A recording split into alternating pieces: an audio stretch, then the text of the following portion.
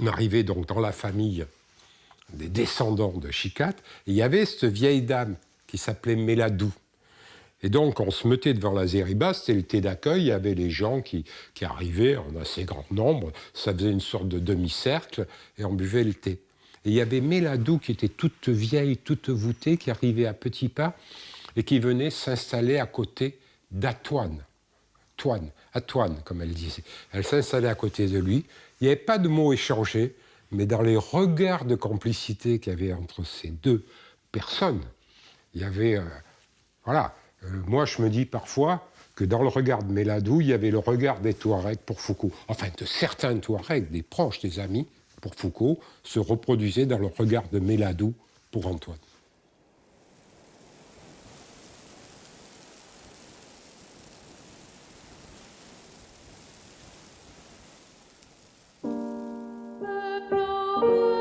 Charles chose Jesus of Nazareth, his hidden human life before Jesus' public ministry, as the unique model for his life. After his conversion, Charles de Foucault had a personal relationship with Jesus. For Charles, it was Jesus who was the revelation of God, the person of Jesus through whom everyone can be saved.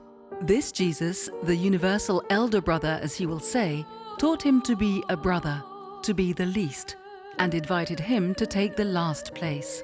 Jesus did not cling to his equality with God, but rather emptied himself and submitted himself to the Father who orders all things. Jesus, who by incarnation gives importance to each human being in their day-to-day ordinary life. It is Jesus by his life in Nazareth who shows us to be brothers and sisters. Before making a decision, Charles often asks Jesus what he should do. The heart and cross on his robe is a visible symbol of the love Jesus has for us in his heart. Jesus Caritas, Jesus love, are the two words written at the top of every page, thousands of pages, at the top of every letter, thousands of letters, and on the first page of his notebooks. They are his mark, his seal, the explanation of his whole life. They give meaning to every gesture at every moment of his life. Love is inseparable from imitation. Whoever loves wants to imitate. This is the secret of my life.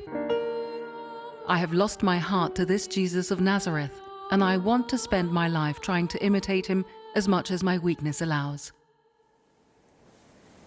I'm going to tell you about the life of Charles de Foucault, who died in Tamanrasset in Algeria in 1916, more than 100 years ago.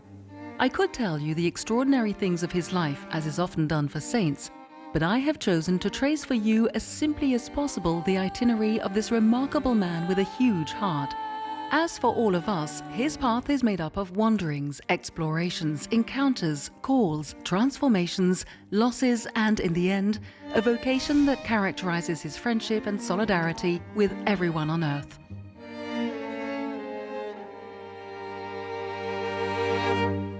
Ben, moi qui ne suis pas croyant, j'aurais tendance à dire qu'il écoutait Dieu, mais voilà.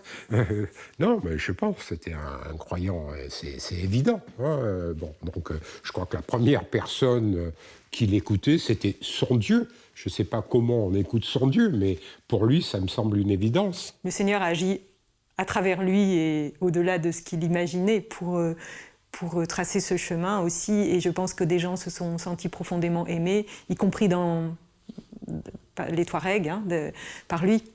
Donc il y avait une double vision de Jésus, celle de Jésus dans l'Eucharistie qui était plutôt transcendante, hein, et puis celle de Jésus dans le pauvre qui était tout à fait immanente au ras du sol. Et Jésus, il le retrouvait justement à travers les plus pauvres. Comme je le disais tout à l'heure, disait l'abbé Huvelin, Jésus a tellement pris la dernière place que personne ne saurait la lui ravir. Eh bien, cette dernière place qu'il cherchait, il la voyait dans cet autre, dans ce pauvre qu'il rencontrait et chez qui il apprenait à voir Jésus lui-même. Ce qui fait l'unité de sa vie, c'est cette... je pense qu'il y a quand même deux choses là. Il y a son tempérament qui ne change pas, lorsqu'il se convertit, mais ce qui fait l'unité de sa vie, c'est vraiment cette découverte d'un Christ présent et d'un ami, quoi. Il n'est plus jamais seul. il n'est plus jamais face à ses problèmes tout seul. Et c'est sûrement ça qui l'a mis en mouvement, et d'un mouvement permanent, quoi, qui ne s'arrêtera que le soir du 1er décembre 1916. Born in 1858 to a noble family in eastern France, the Viscount Charles de Foucauld had the childhood of a spoilt orphan. He lost his parents at the age of 6 and was entrusted to his grandfather. But his grandfather was not able to fill the void of the loss of his parents. Being an average student and having lost his faith, he entered the Saint-Cyr Military Academy, then the cavalry school at Saumur, to prepare for a career as an officer. He had the dubious honor of graduating last in his class. He was gifted but lazy and lacked self-discipline. An overly disciplined military career was not for him. He inherited his grandfather's fortune, which allowed him to wallow in the pleasures of life, but left him empty and without direction. C'est peut-être la période de sa vie qui a été la plus noire, hein, après la mort du grand-père, où il se trouve notamment à Saumur. Quand il est à Saumur, je pense qu'il n'est pas heureux. C'est pas parce qu'il a beaucoup de facilité, il le dit, et qu'il achète la cave de l'hôtel Budan, qui font. Non, je crois que c'est pas sa grande période de bonheur. At the beginning of his military career, he found an opportunity for adventure in Algeria in the middle of France's colonization period. He was already taken by the faith of these Muslim horsemen who would step down from their mounts several times a day despite the thirst and the heat and prostrate themselves face down for prayer. He was overwhelmed by the Muslims living in the constant presence of God. But living in a barracks was not for him. To survive this boredom, he traveled to satisfy his natural hunger for adventure, which led him to Morocco, a territory that was then forbidden to foreigners. He was 25 years old when he underwent intense preparation in Algiers and learnt Arabic. In 1883-84, he explored and charted 1,900 miles of uncharted territory by studying and methodically drawing detailed maps. He was awarded a gold medal by the French Geographical Society for this expedition travelogue. For 3.5 months, he undertook a new study trip of 1,600 miles by horseback to southern Algeria to make scientific comparisons with his Moroccan observations. He returned to France at the end of January 1886 and settled in a comfortable Parisian apartment. He continued to live in a nomadic way, isolated, surrounded by his Moroccan and Algerian memories. He read a lot but remained dissatisfied. He found no answers. He began to study Islam and then the Bible. Il avait du cœur. Donc à un moment, la personne qu'il a en face de lui est importante. Comme personne, pas seulement comme décor de son voyage. Justement, lui, il est capable de passer d'un milieu à un autre comme ça, sans juger, et en endossant tout ce qui a été sa vie d'avant et ses origines. Son propre personnage ne l'intéresse pas. It is only in the desert of North Africa that he found his true calling.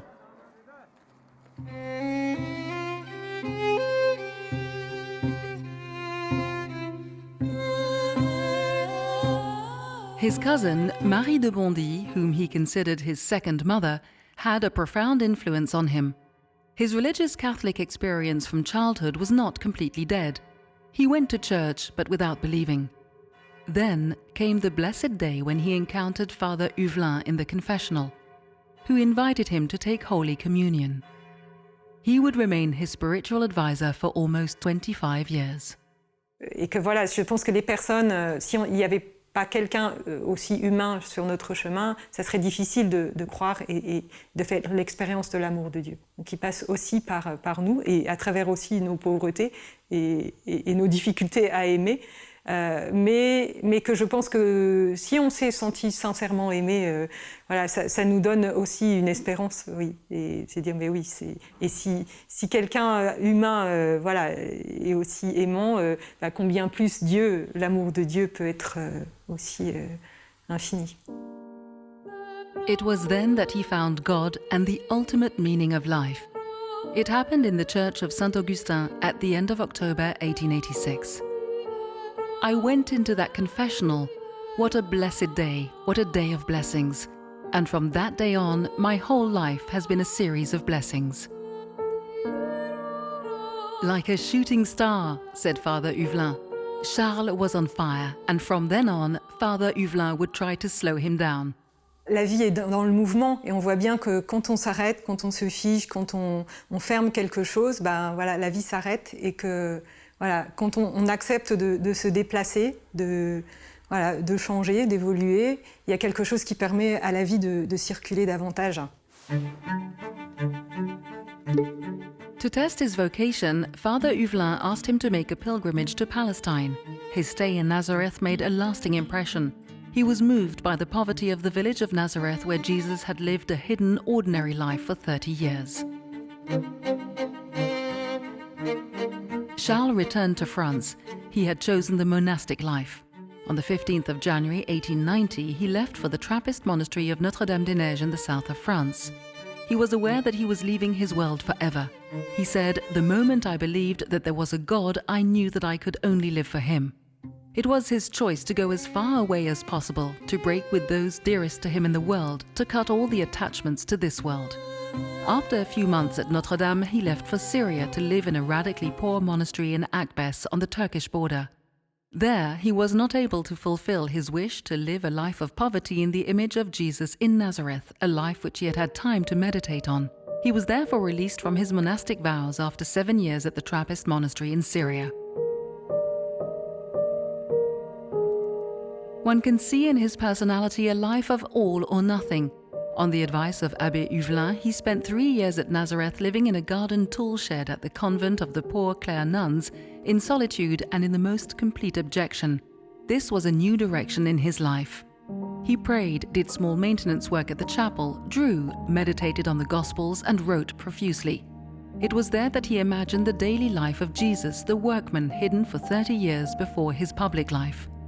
He also finalized his spiritual insights and the rules that would shape his entire life. He finalized the rules of a future religious order which would occupy him all his life but would never come to fruition. Ce qui lui est spécifique, c'est d'être toujours insatisfait. Et c'est peut-être ce qui l'a empêché de rester moine, parce que moine, on fait un vœu de stabilité. Et lui, il n'a pas fait un vœu d'instabilité spirituelle, mais il bougeait tout le temps à l'intérieur de lui-même. Donc, le monastère d'Akbes, pour lui, c'était trop étroit, quoi. Même, disons, dans ce qu'il vivait à l'intérieur de lui-même. Alors, il a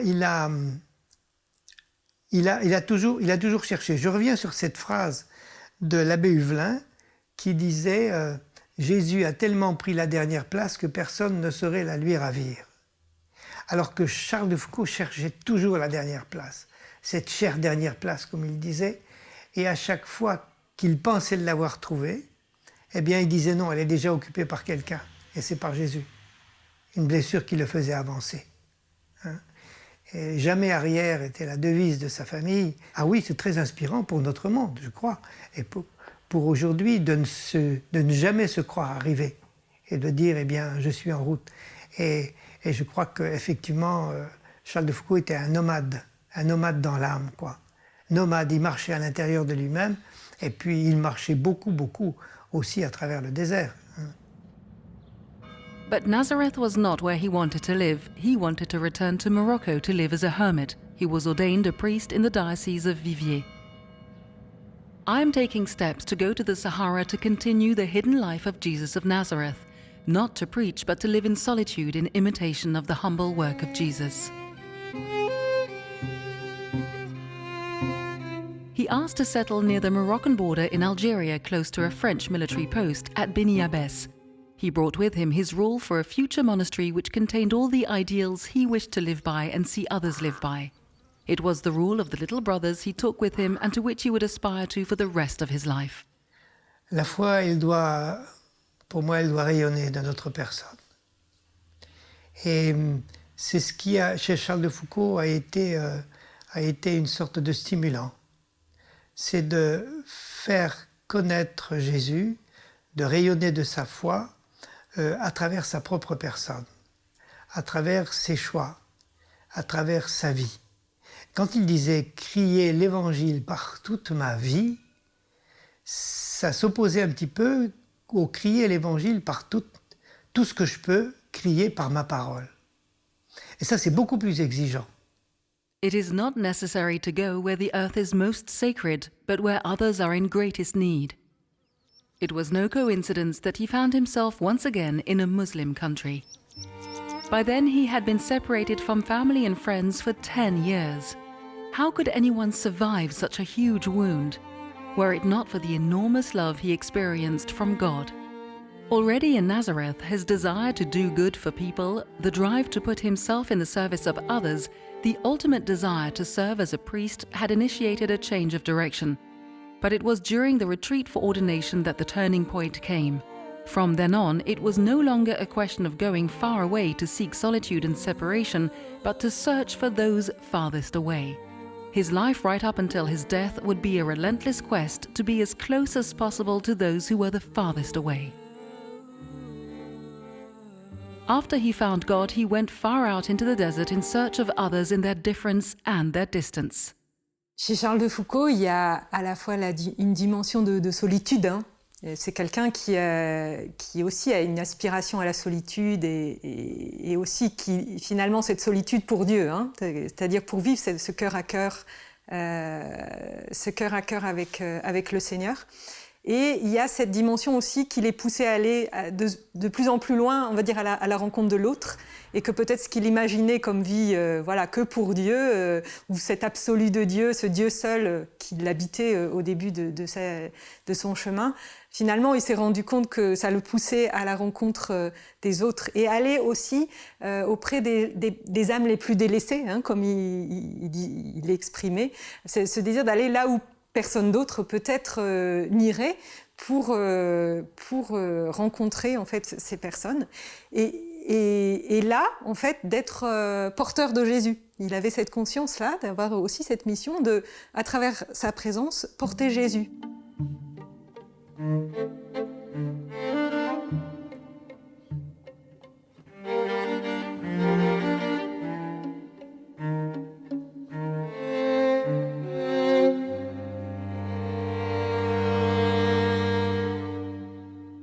In Beni Abbes, he wanted everyone to consider him as their brother.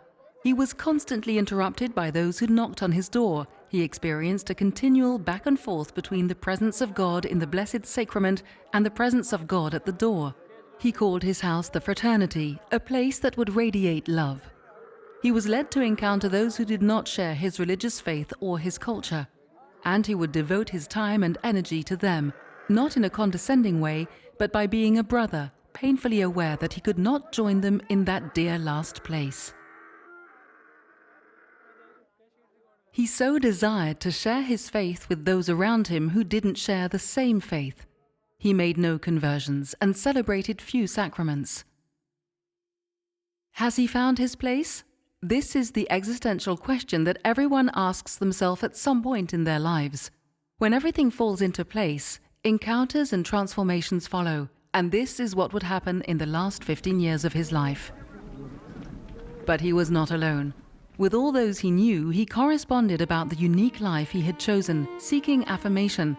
He often asked them to pray for the salvation of all people and all Muslims, and for his own ongoing conversion. He was aware that he was not a missionary like any other. But Charles, the missionary, had not yet gone far enough. With his friend Colonel Lapérine, he planned to settle further south among the nomadic populations of the Hogar, in the hopes of consolidating a fragile peace among the various tribes. This animated him because being the first to do something fulfilled a deep desire in him. He participated in the military tours of 1904, taking care of the medical service of both the military escort and the local population. Seront-ils séparés entre les militaires et les prêtres? Pourquoi il dit ça? Mais en fait, quand on réfléchit, c'est évident. La défaite militaire des Touaregs a lieu en mai 1902, combat de Tite. Énorme défaite, plus de 150 morts, C'est une saignée importante, notamment dans la tribu, qui sera la tribu d'accueil de Foucault, les Dagrali. C'est eux qui ont le plus de morts, y compris leur chef. 1902.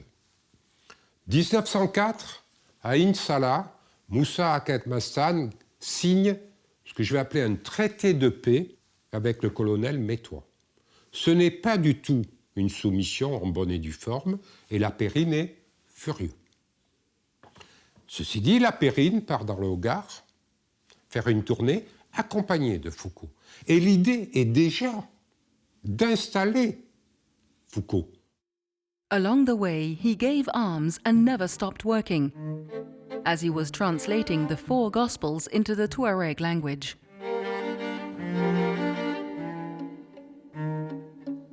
There are no books in this language. It is a great joy for me that their first book will be the Holy Gospels.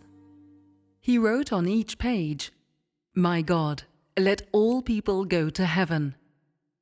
Cette belle prière de Charles de Foucault, bon, en fait, c'est « Mon Dieu, faites que tous les hommes aillent au ciel ». C'est son désir, disons, de salut pour tous, sans nécessairement passer, disons, par la voie de l'Église. Tout ce qu'il y a de bon, de bien, de fait par l'autre, nous n'avons pas à nous l'accaparer en disant que ça c'est chrétien ou ça ne l'est pas. He wrote in his notebook a program for the travelers who would come after him. His notes show us how difficult it was for him to live his ideal project, and he offered his own personal experience.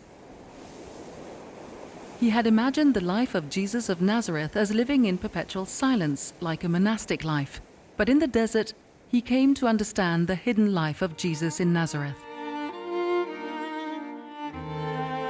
As far as living the prayer, it is love that should call you to intimacy with God, and not what keeps you distant from my children.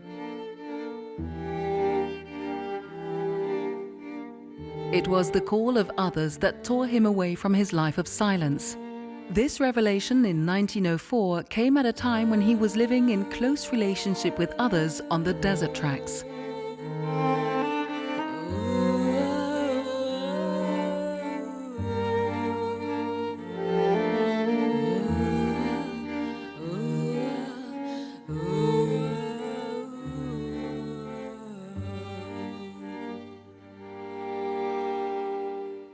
Et on voit bien que dans l'Évangile, Jésus est transporté de joie lorsqu'il voit, disons, quelque chose de beau, de bien, de bon fait à travers les autres et auquel, dans une certaine mesure, il n'y est pour rien. Parce qu'il a bien conscience que l'Esprit de Dieu agit en dehors de lui-même. Et Charles de Foucault, lui aussi, a pu l'éprouver. 1905, il y a une nouvelle tournée. Mais celle-là, c'est autre chose. C'est Dino qui est envoyé par la Périne pour rencontrer Moussa. Et pour vraiment lui faire signer une reddition, une soumission. Non pas comme à Insala. Petit, simple exemple. À Insala, il n'a pas été question d'impôt. Là, en 1905, il y a un impôt. Ben, on voit que les premiers jours avec Moussa, on ne parle pas de Foucault. Ce n'est pas le sujet. Il y a des sujets beaucoup plus importants que l'installation de Foucault. Donc c'est au bout de pas mal de temps, de jours, que finalement on pose la question. Est-ce que cet homme que vous voyez là à côté de moi, qui est un peu particulier, voilà, ne serait-ce que son habit, pourrait éventuellement. Que fait Moussa? Mais il accepte, mais il ne peut pas faire autrement. C'est tout simplement que Moussa est en train de se soumettre à la France. Donc, il ne peut pas faire autrement. From Bini Abbes, he arrived in the Hogar in Tamanrasset in August 1905 and settled with the agreement of the chief of the Tuaregs in the region, Moussa Agamastan, who became a close friend. Together, they worked on creating peace, even though the chief had friends who did not adhere to French colonization. Nazareth again. Charles de Foucault would push this incarnation by putting himself through the school of Tuareg culture and language. It was up to him to take the first step, starting with the first babbling of the child. During long hours of work, he began alone the monumental task of making a Tuareg French dictionary. This work would take up most of his working time for the rest of his life, though he would always be interrupted by regular visits from nomads and neighbors. He was always under the illusion that this work would end soon. Mais il y a eu aussi quelqu'un qui était la personne qui s'était installée en même temps qu'Antoine à la Sécrème, quand la Sécrème a revécu, en quelque sorte, c'est Jean-Marie Cortade. Et Jean-Marie Cortade qui a fait cet instrument de travail absolument indispensable, qui est le lexique français touareg. Parce que si vous prenez le dictionnaire en 4 volumes, à moins d'être comme Antoine, un spécialiste de la langue, vous n'arrivez pas à trouver les entrées. Parce que les entrées se font à partir des mots touareg. He would continue visiting the surrounding villages with the military in the desert between 1905 and 1907, traveling thousands of miles each time. In 1907, he said that his life was useless. Why? His expectations were too high and he would never manage to do what he had initially set out to do. He never did anything by half measure, so he was always disappointed. What he needed to do was change the way he perceived himself. Est-ce qu'on peut se poser la question, est-ce que Charles de Foucault s'aimait lui-même? Ce qu'il y a, c'est qu'il se savait aimer. Et je pense que ça changeait tout dans sa vie. Et je ne pense pas qu'il ait été à un moment donné satisfait de lui-même. Taman Rasset had not seen rain in 2 years and was suffering from serious famine. He gave away all his food. He wasn't able to celebrate Christmas Mass because he was alone. It was January 1908. He became sick and depressed, almost at death's door, suffering from scurvy. He was 50 years old and was waiting for nothing more than to die alone and be forgotten. It was then that the people of the village saved his life by bringing him goat's milk that was usually reserved for children. He had always dreamt of giving his life to others, and now he was given life by those to whom he wanted to offer his own. He had lived for others, but now he was saved by those he came to serve. This was perhaps the most important experience of his life, an inner conversion. Even if he was not aware, it transformed him. Love is truly alive when it is shared. Strength is also in weakness. What a lesson for him and for all of us. Always close to the people, he worked on his dictionary more than 10 hours a day. Additionally, he set aside 3 hours and 45 minutes for prayer and daily mass. So prayer and work were inseparable. They did not include welcoming visitors and the copious amount of correspondence. Throughout 1912, he wrote 428 letters to 124 people, some of them as long as 17 or even 24 pages. By 1907, he had made a collection of Tuareg poetry to perfect his understanding of the language. He listened tirelessly and attentively to poems that men and women recited from memory. Charles spent days and months correcting his work to obtain the nuance of each phrase and the exact meaning. Was he aware that his presence was missionary work? Yes, insofar as he would offer others a finished work that would give them insight into the Tuareg culture.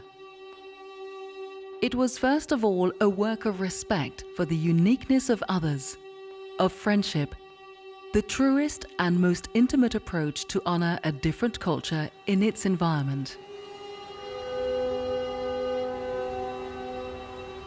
In 1909, he took Ouksem, a young Tuareg, to France. He wanted to be a true friend to many. He no longer spoke about the universal brother. In 1912, he thought he had almost finished the dictionary, but it was not until July 1915 that the final copy of the 2,000-page dictionary was actually completed. Oui, alors il y a un mot qui est eteb en tamaak. Et donc Charles de Foucault, en fait, on met la définition dans son dictionnaire, c'est très beau. C'est tomber goutte à goutte et aussi au sens figuré, finalement tomber goutte à goutte dans une personne, dans une âme, dans un cœur. Et que, voilà, il dit la signification, c'est s'infiltrer profondément dans ce cœur, dans cette âme, dans cette personne. Et il dit signifie un amour ardent. Et je trouve très beau parce que finalement, c'était son désir de vivre cet amour de Dieu, cet amour des hommes. Voilà, c'est ma vie, ce sera toute ma vie, je l'espère. C'était cette phrase qu'il disait voilà, quand il était au début de sa vie, de son engagement religieux. Et que voilà, il l'a retrouvé dans ce mot-là comme condensé. Et que je pense que sa vie avait quelque chose de ce goutte à goutte, hein, en tout cas ce désir d'aimer goutte à goutte au cœur des relations, des rencontres. Déjà, la première chose, c'est de comprendre, parce que les Touaregs, c'est très vaste, hein, que les Touaregs proches de Foucault, je veux dire géographiquement, hein, qui étaient installés à côté de chez lui à Tamanrasset, ces Touaregs d'Agrali, certains d'entre eux sont devenus de véritables amis, je le pense, hein, de Foucault.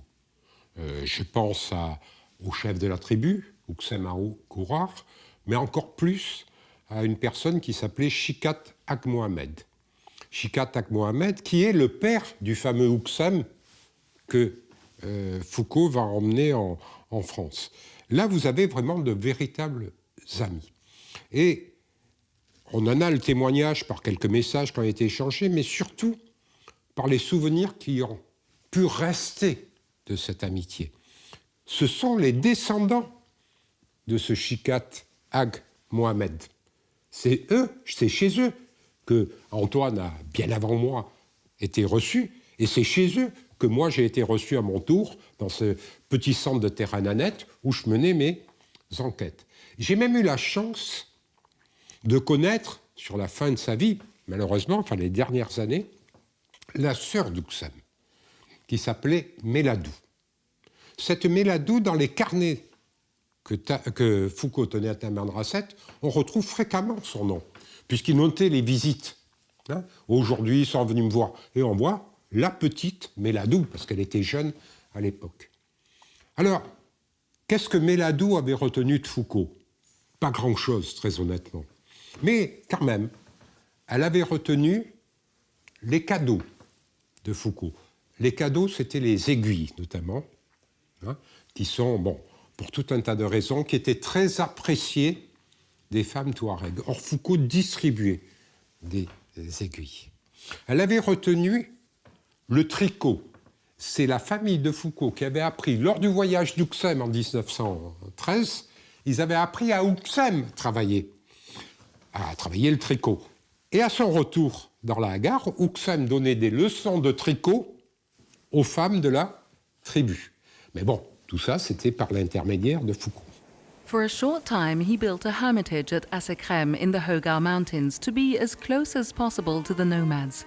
He continued to work hard. On his small table and cot were spread out notebooks and hundreds of sheets of paper that he constantly reread, corrected and completed. Here again, he would be the first to perfect the meteorological observations in the Sahara at such an altitude. He stayed there 5 months.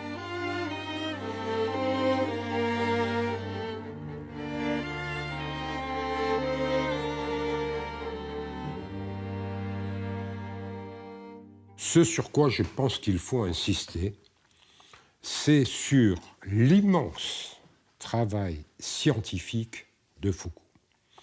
Il faut y insister parce que c'est un aspect de la vie de Foucault qui a longtemps été tenu sous silence, ou qu'on n'a pas évoqué, hein, je crois l'avoir déjà dit.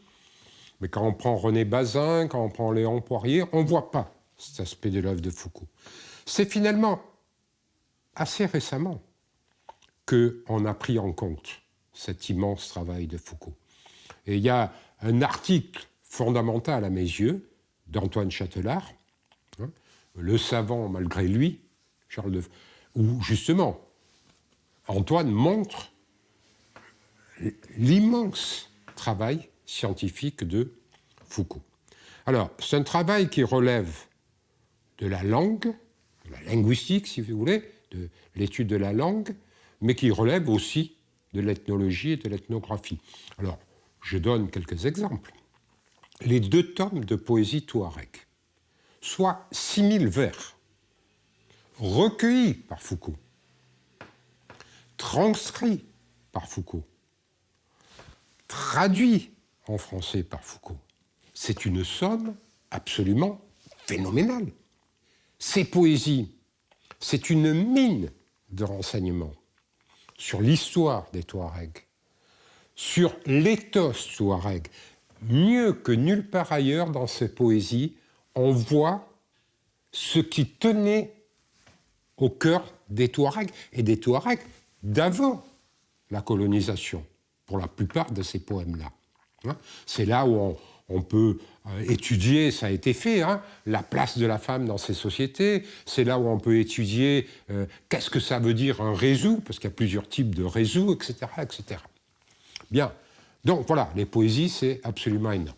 Bien sûr, il y a le dictionnaire en 4 volumes, qui est une œuvre, là aussi, immense. Je ne suis pas sûr qu'existe pour une société autre un tel monument linguistique. At the end of his life, he no longer spoke of converting others or hoping to change their religion, but only of working for their salvation, because he believed God wanted the salvation of all. Charity obliges every Christian to love their neighbour as themselves, and to make the salvation of their neighbour and their own salvation the great mission of their life. He thought of the world's problems as God's concern.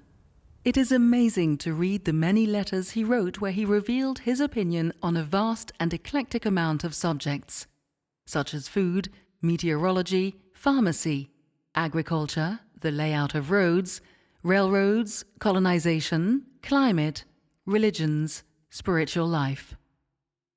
His letters give us an insight to understand what motivated him. The importance given to the reading of the Gospel remains the primary characteristic of the spirituality that Charles proposes.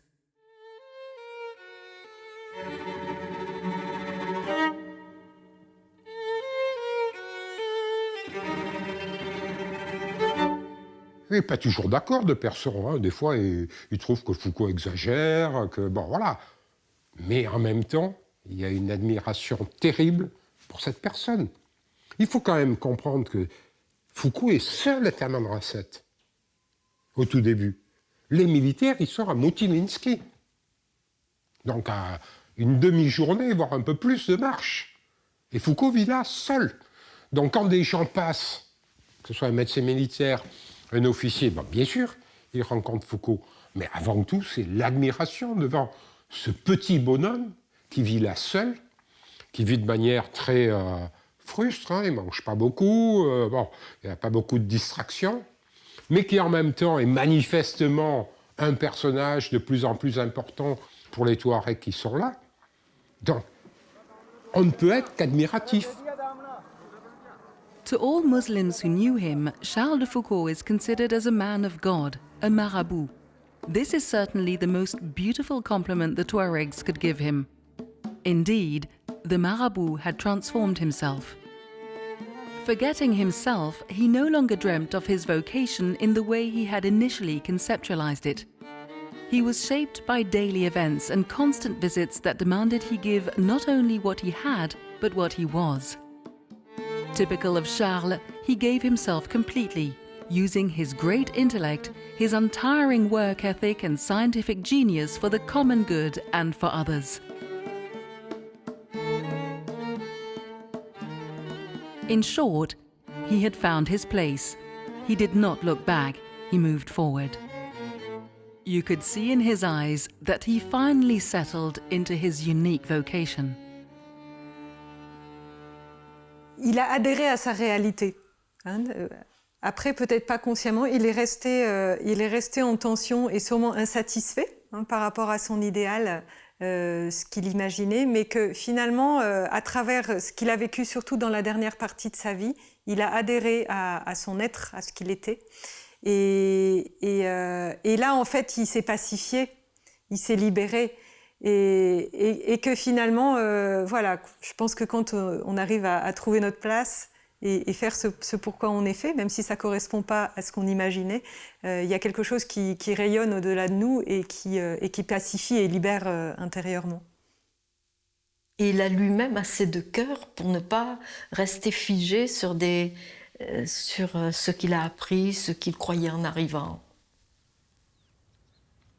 On the 1st of December 1916, at nightfall, Charles was alone behind the high walls of his Borge, a small fortress that was built to protect the inhabitants from attackers, because peace between the Tuareg tribes was fragile. Already back in August 1915, bands of Moroccan bandits had moved into the Hogar. Janet had fallen into the hands of the Libyan Senusists. On that 1st of December, a band of Felagas, about 40 men who were against foreign colonization of any kind, came to the Borge to steal weapons and supplies. They rode using the flag of the Sultan of Janet Ahmud and surrounded the fortress. One of the men who knocked on the door was somewhat known to Charles, so he opened the door unconcerned. A hand pulled him in.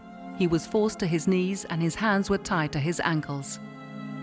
He was put under the guard of a young Senusist. When two Mehrists approached, the young guard got scared and shot. At 58, Charles died on the spot.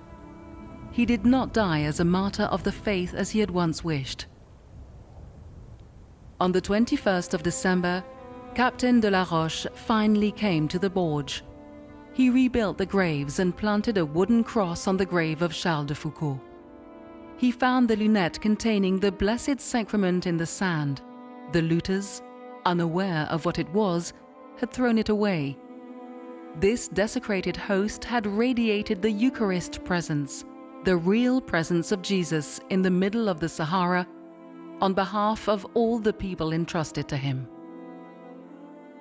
His body, as well as the 3 others who died at the same time, were buried next to the Borge. In 1929, the remains of Father de Foucauld were transferred to El Gulea, but the heart of Charles de Foucauld remained in Tamanrasset, in his hermitage. Before God, he presented himself with empty hands, but they were full because he carried the anguish and suffering of so many. The passionate love he felt for others became the prayer of offering of his life. He had learnt to suffer and to love. He recalled what Abbé Huvelin said, "We can never love enough." 3 years before his death, when leaving France to return to the Sahara, he had said, "Like the grain of wheat in the gospel, I must fall into the earth and die in the Sahara to prepare the future harvest. This is my vocation." This is the mission that gives unity to his life. Charles, with his idealized following of Jesus of Nazareth and his all-or-nothing attitude, comes into sharp contrast with his experience in a foreign land with people of a completely different culture. He retains the same desire for union with Jesus and the same love of neighbor, but his lived experience teaches him the true meaning of fraternity. Charles de Foucauld shared his experience of God, which he summarized in a letter to his best friend. And God always helps those who serve him. We never miss God. It is God who misses us. C'est-à-dire, je ne veux pas dire peu importe, mais la façon dont on le nomme, c'est de se voir que quelque part, dans notre être le plus profond, il y a une zone d'amour qui est éternelle, que personne ne peut nous ravir. In chapter 30 of his rule, we find the following instruction for those who are to come after him. To make Jesus and charity reign is the mission of the little brothers of the Sacred Heart of Jesus. They must make Jesus and charity reign in their hearts and around them. Their fraternities, dedicated to the Sacred Heart of Jesus, must bring fire to the earth like Jesus. Parce que c'est ça qui peut changer la face de notre monde. Est-ce qu'on peut reprocher à l'Église d'aujourd'hui, et j'en fais partie, c'est d'insister trop sur le paraître et pas assez sur l'être. Ce rayonnement qui vient de personnes qu'on peut rencontrer et qui se disent mais à travers elles, eh bien, je vois l'infini, quoi. Je vois quelque chose qui les dépasse. Et ça, Charles de Foucauld a excellé là-dedans parce qu'il ne pouvait pas faire autre chose. Il aurait pu évangéliser avec son catéchisme, il était prêt, il avait un catéchisme de prêt. Mais il n'a pas secoué la poussière de ses sandales, il est resté sur place, persuadé que Jésus ne se communiquait pas à travers des écrits, mais à travers un être. Et c'était lui. Je crois que c'est une trouvaille, et je crois que, enfin pour nous, missionnaires Père Blanc, on a aussi, notre fondateur a en partie découvert cela en Afrique du Nord lorsqu'il a envoyé ses premiers missionnaires, qui ont essayé évidemment de convertir les musulmans. Mais il a lui aussi vu que ce n'était pas de cette façon-là. Il fallait, il le disait, être des saints d'abord. Et puis ensuite, eh bien, la parole viendrait. Mais je crois que être un véritable et vivre en véritable disciple de Jésus, c'est la meilleure façon de le faire rayonner. Il y a toujours une distance entre ce que nous voulons prêcher et ce que nous vivons. Et l'art de la vie, c'est de réduire cette distance et faire de notre parole, de notre vie, une nouvelle page d'évangile.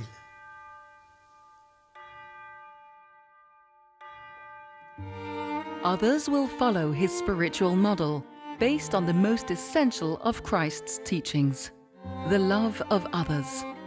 This message is universal. It is addressed to all regardless of their origin or religion.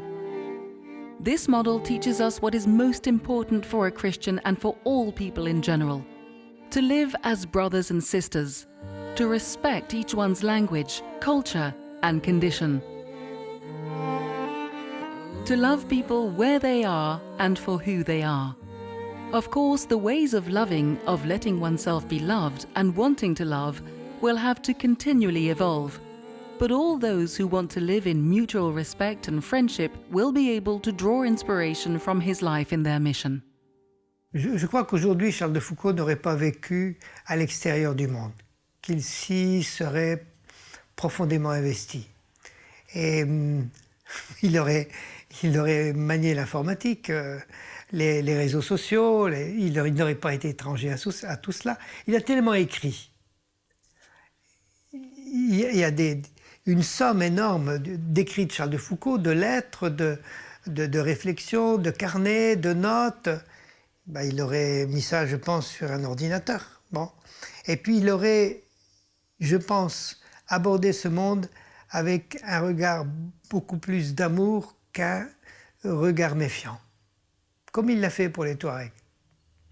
Je crois que cette attitude qu'il a adoptée pour entrer dans le monde Touareg tel qu'il était est tout à fait, disons, inspirante pour une démarche vis-à-vis du monde moderne tel qu'il est.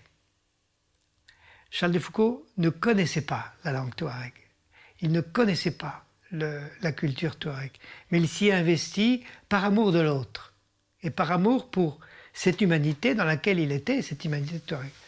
Mais je pense que ce qui est inspirant chez lui, c'est ça. C'est d'aimer notre monde tel qu'il est et d'essayer de le comprendre. Et que ce qui est très beau, c'est que finalement, et je pense que ça c'est important pour nous aussi, et ça peut nous encourager aujourd'hui pour vivre justement ce chemin complexe, dans cette complexité, c'est que finalement il n'y avait rien pour réussir la rencontre, Charles de Foucauld. C'était la colonisation, enfin le contexte politique était biaisé, tout était un peu faussé. Voilà, et à la fois il dit qu'il n'a pas d'armes, il n'est pas un militaire, mais il vient avec les militaires. Enfin, c'était très compliqué et que finalement, ce que nous montre son expérience, c'est que c'est possible et qu'il a pu lier amitié avec ces gens qui étaient voilà, dans un monde totalement étranger et loin de son monde à lui, et que c'est possible, pas avec tous, mais que pour nous aussi, dans un contexte complexe comme celui actuellement, on peut se sentir aussi pris par des enjeux qui nous dépassent complètement. On se dit, mais c'est toujours possible de vivre la rencontre avec des personnes. Et ça prend du temps, et ça demande un désir et justement une volonté de se déplacer, mais c'est possible. C'est possible pour tous si on a le désir et qu'on se met en chemin. Oui. de conversion. Charles's great wound, which is also ours, is a desire to love that never reaches its fullness, the happy wound of love that propels us. As is often the case in the fulfillment of a great dream, Charles de Foucault left us something unfinished, and therefore a legacy to build upon.